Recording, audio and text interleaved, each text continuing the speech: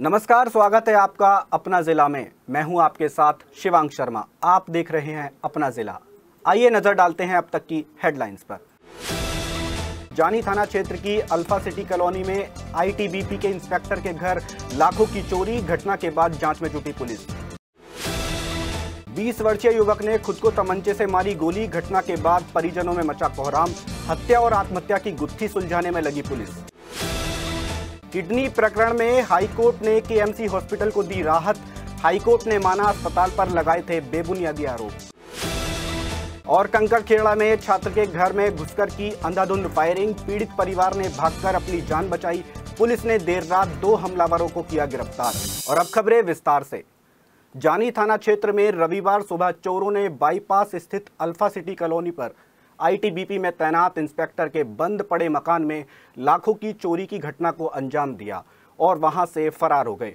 दरअसल दिल्ली देहरादून स्थित हाईवे के बागपत बाईपास चौराहे पर अल्फा सिटी कॉलोनी में आईटीबीपी के इंस्पेक्टर अनिल परिवार संग रहते हैं। इंस्पेक्टर अनिल की पोस्टिंग अल्मोड़ा में चल रही है। वह ड्यूटी पर गए हुए थे, जबकि उनकी पत्नी अनीता खाटू श्याम भगवान के दर्शन करने के लिए गई हुई थी।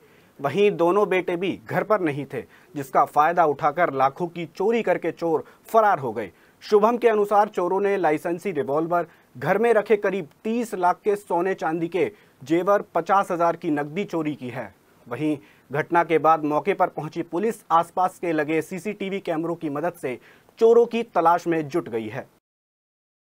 सोमवार सुबह दौराला थाना क्षेत्र के गांव मेमोरी में 20 वर्षीय अतुल ने अपने मकान के अंदर खुद को तमंचे से गोली मारकर आत्महत्या कर ली। गोली चलने की आवाज सुनकर अतुल के परिजन और आसपास के लोग घटनास्थल पर पहुंचे और उन्होंने अतुल के शव को जमीन पर पड़ा देखकर पुलिस को सूचना दी।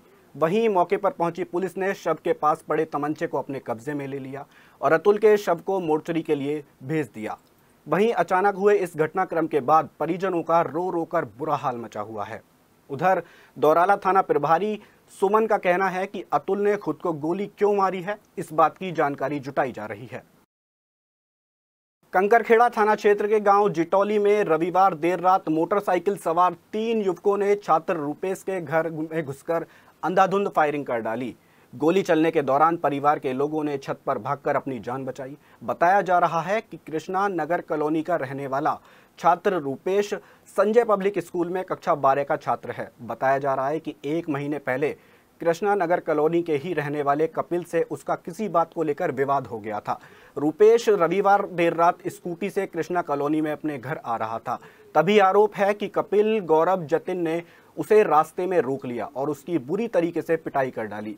जिसके बाद रूपेश घर की तरफ भागा तो कपिल, गौरव और जतिन उसके घर पर पहुंचे और घर में घुसकर उसके ऊपर अंधाधुंध फायरिंग कर दी। गोली चलने के दौरान रूपेश और उसके परिवार के लोगों ने छत पर भागकर अपनी जान बचाई, जिसके बाद हमलावर बाइक सवार वहां से फरार हो गए। वहीं घटना के बाद मौके पर पहुंची पुलिस ने घटनास्थल का जायजा लिया और देर रात 2 हमलावरों को गिरफ्तार कर लिया। मैं डोली से आ रहा था, 3 लड़कों ने पकड़ पहले मेरे में बजा दिया। कौन थे, क्या नाम था? एक का नाम कपिल था, एक का नाम गौरव, एक का नाम जतिन। इन 3 लड़कों ने बजाया। उसके बाद घर आके फायरिंग करी। बाइक पे घर आए और गली में आके मेरे नाम से बुला रहे थे कि रुपेश बाहर निकल।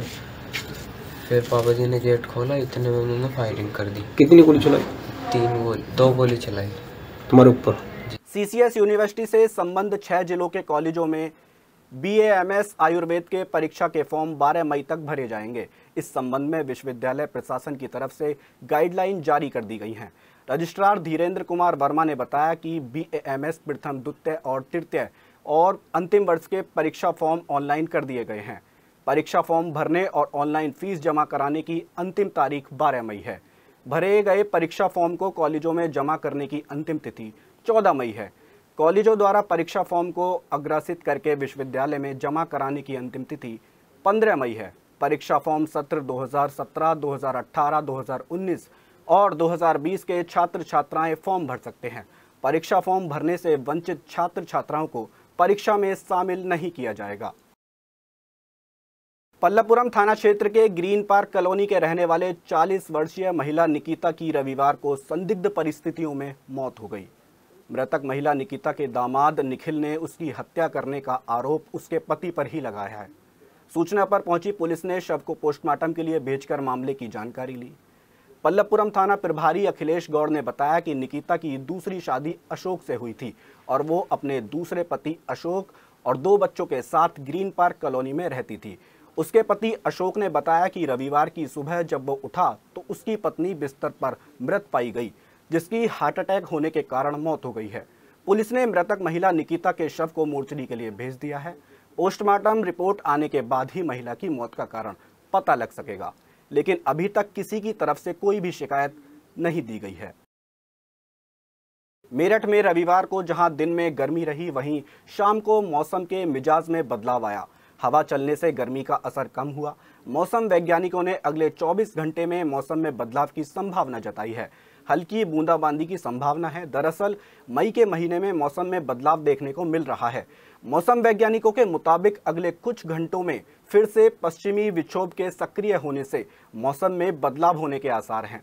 राजकीय मौसम विभाग पर रविवार को दिन का अधिकतम तापमान 33.6 डिग्री सेल्सियस रहा एवं न्यूनतम तापमान 22.3 डिग्री सेल्सियस दर्ज किया गया। वहीं मौसम वैज्ञानिक डॉक्टर यूपी शाही के अनुसार मौसम में बदलाव होगा।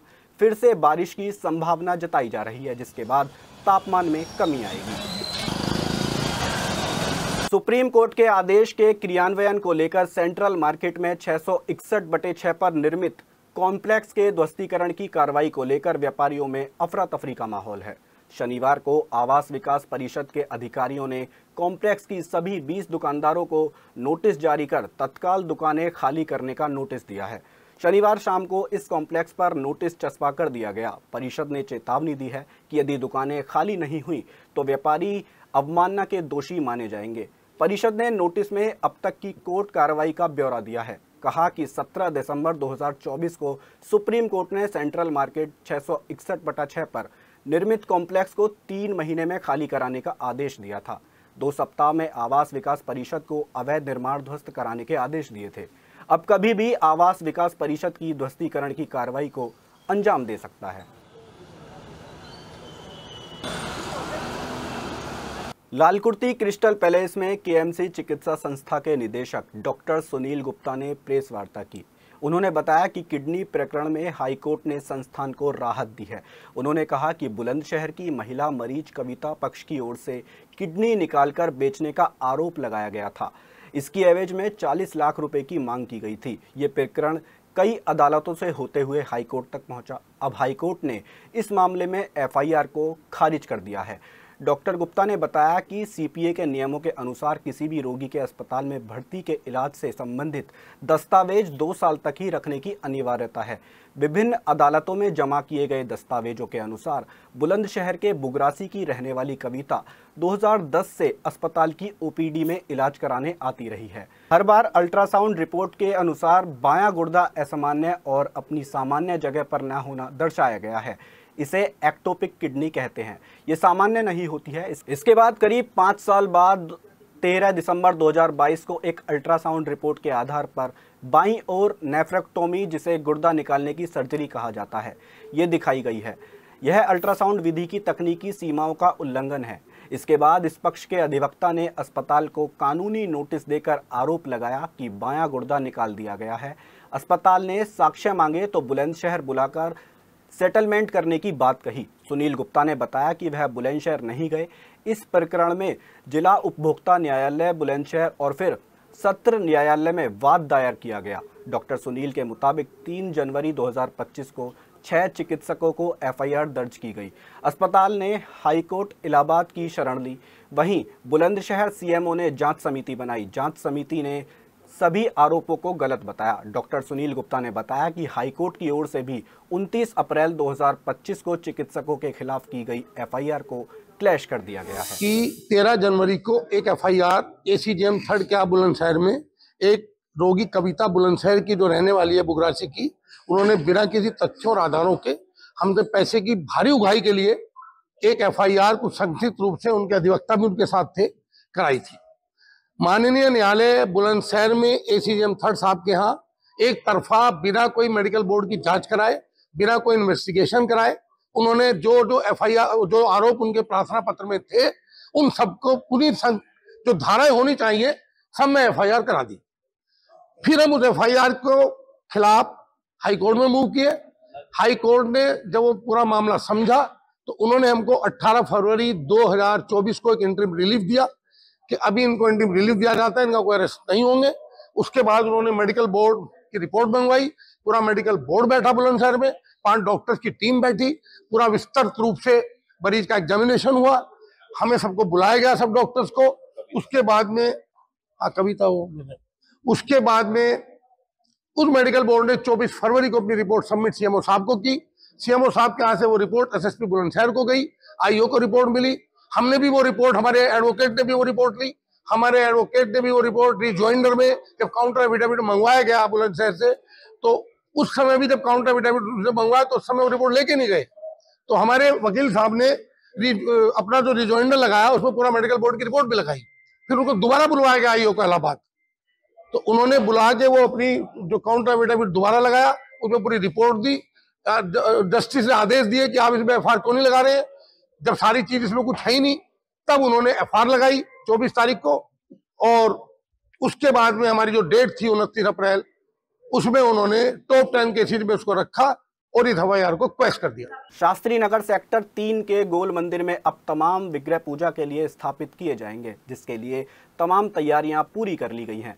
मंदिर की ट्रस्टी मनीषा गौड़ ने प्रेस वार्ता कर बताया कि जल्द ही मंदिर प्रांगण में भगवान शंकर अपने परिवार के साथ स्थापित होंगे, जिसके लिए भूमि पूजन भी कर दिया गया है और जल्द ही कार्य की शुरुआत कर दी जाएगी। गोल मंदिर मां भगवती के सिद्ध पीठ में से एक है, जिसमें नवरात्रि के पावन पर्व पर दूर दराज से लोग दर्शन करने के लिए आते हैं। लेकिन इस मंदिर की छटा में अब और 4 चांद लगाने वाले हैं, क्योंकि मंदिर के अंदर अब भगवान शंकर अपने परिवार के साथ स्थापित होंगे। इसके अलावा राधा कृष्ण, पंचमुखी हनुमान, शनिदेव महाराज आदि की मूर्ति भी मंदिर प्रांगण में स्थापित की जाएगी। इसके लिए तमाम तैयारियां मंदिर के पदाधिकारियों ने पूरी कर ली हैं। श्रावण मास की शिवरात्रि पर इस साल शिव भक्त गोल मंदिर प्रांगण में स्थापित शिवलिंग पर जलाभिषेक भी कर सकेंगे। मंदिर प्रांगण में स्थापित होने वाले शिवलिंग को भगवान शंकर के 12 ज्योतिर्लिंगों में स्थित नर्मदेश्वर से लाया जाएगा। अब दुर्गा देवी गोल मंदिर सिर्फ यहाँ माँ ही शक्ति रूप में विराजमान नहीं है, अनेक इष्ट लेके आ रहा है अगले 1 साल में। इस शिवरात्रि से पहले यहाँ शिव परिवार की स्थापना होगी, जहाँ पे जो शिवलिंग हैं वो नर्मदेश्वर से आ रहे हैं, बाकी सारी जो आइडल्स हैं सब जयपुर से आ रही हैं। काम शुरू हो रहा है सोमवार से, ऑलरेडी इसका भूमि पूजन हो चुका और अब सोमवार से इसका काम शुरू होगा।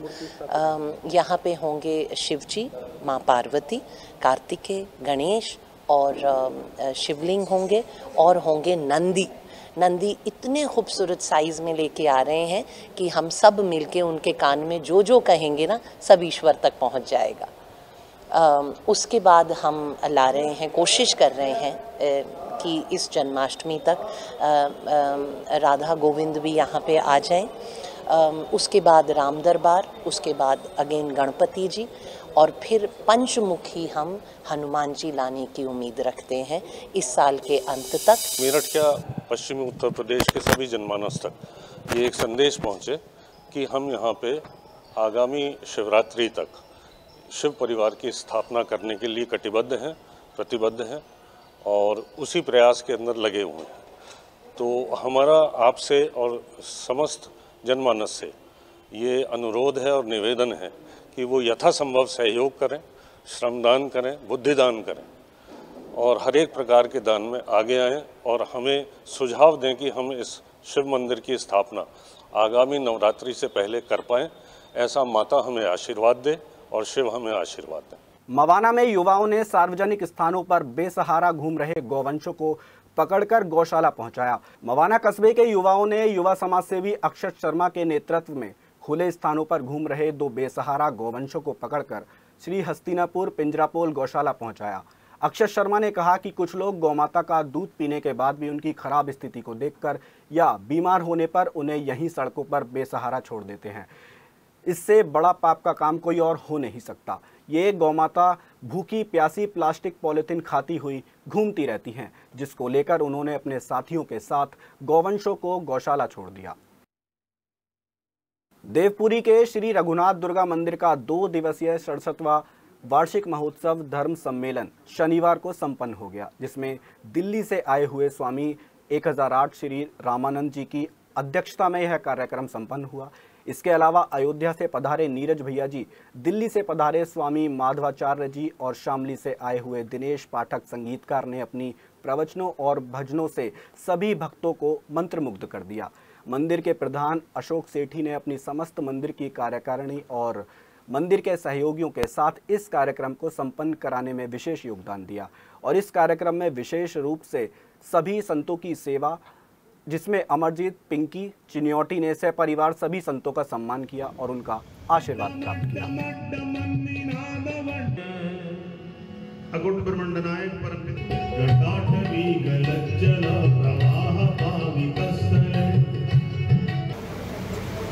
वैसे लिखना तो ये चाहिए कि भाई रघुनाथ दुर्गा मंदिर का वार्षिकोत्सव है। सत्संग ये सिखाता है कि दो चीजों को समय दीजिए, अपने स्वास्थ्य को और प्रभु को, और दो शब्दों पे सारा जीवन है, सेवा पे और क्षमा पे।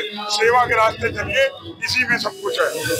ऐसे भी मेरठ धर्म नगरी है और धर्म नगरी को एक प्रवाह बनाने के लिए धर्म कर्म की आवश्यकता है और वह धर्म कर्म यहाँ चल रहा है।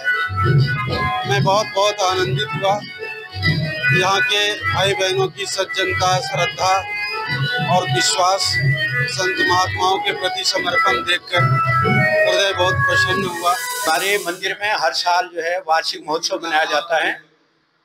अब ये जो हमारा चल रहा है 2 मई और 3 मई का 67वां वार्षिक महोत्सव धर्म सम्मेलन, जिसमें बहुत दूर दूर के संत महात्मा यहाँ पर आए हुए हैं। स्वामी रामानंद जी महाराज दिल्ली से पधारे हैं और भजन गायक दिनेश पाठक जी शामली से पधारे हैं और स्वामी माधवाचार्य जी दिल्ली से पधारे हैं। नीरज जी आए हैं अयोध्या से, नीरज भैया जी अयोध्या से राम कथा सुनाते हैं और हमारे समस्त कार्यकारिणी के सभी सदस्य इस कार्यक्रम को बहुत अच्छी तरह से पूर्णता की ओर आज ले जा रहे हैं। श्री रघुनाथ दुर्गा मंदिर देवपुरी, हमारे मंदिर प्रांगण के अंदर सालाना सम्मेलन होता है जो हर वर्ष की भांति होता है। ये बड़े ही उत्साह के साथ मनाया जाता है। इसके अंदर बड़े बड़े विद्वान लोग आकर के कथा प्रवचन आदि करते हैं और ये बड़े लोगों के साथ मनाया जाता है और यहाँ पर बड़े ही दूर दूर से लोग आते हैं। आज 67वां वार्षिक सम्मेलन चल रहा है, जिसमें बहुत दूर दूर से महाराज लोग आए हैं। महामंडलेश्वर श्री रामानंद जी, जिनसे अभी आप सुन रहे थे, अयोध्या में राम कथा के प्रारंभ करते हैं और ये पधारे हैं, माधव जी पधारे हैं। आज ये जो है सभापति इस सभा के हमारे पिंकी चिन्योटी जी हैं, जिन्होंने पूरा स्वागत किया और इस कमेटी को जोर प्रज्वलित करके आज की सभा को संबोधित किया। अपना जिला में फिलहाल इतना ही। मेरठ शहर और आसपास के जिलों की ताजा तरीन खबरों को हम आप तक पहुंचाते रहेंगे। देखते रहिए अपना जिला।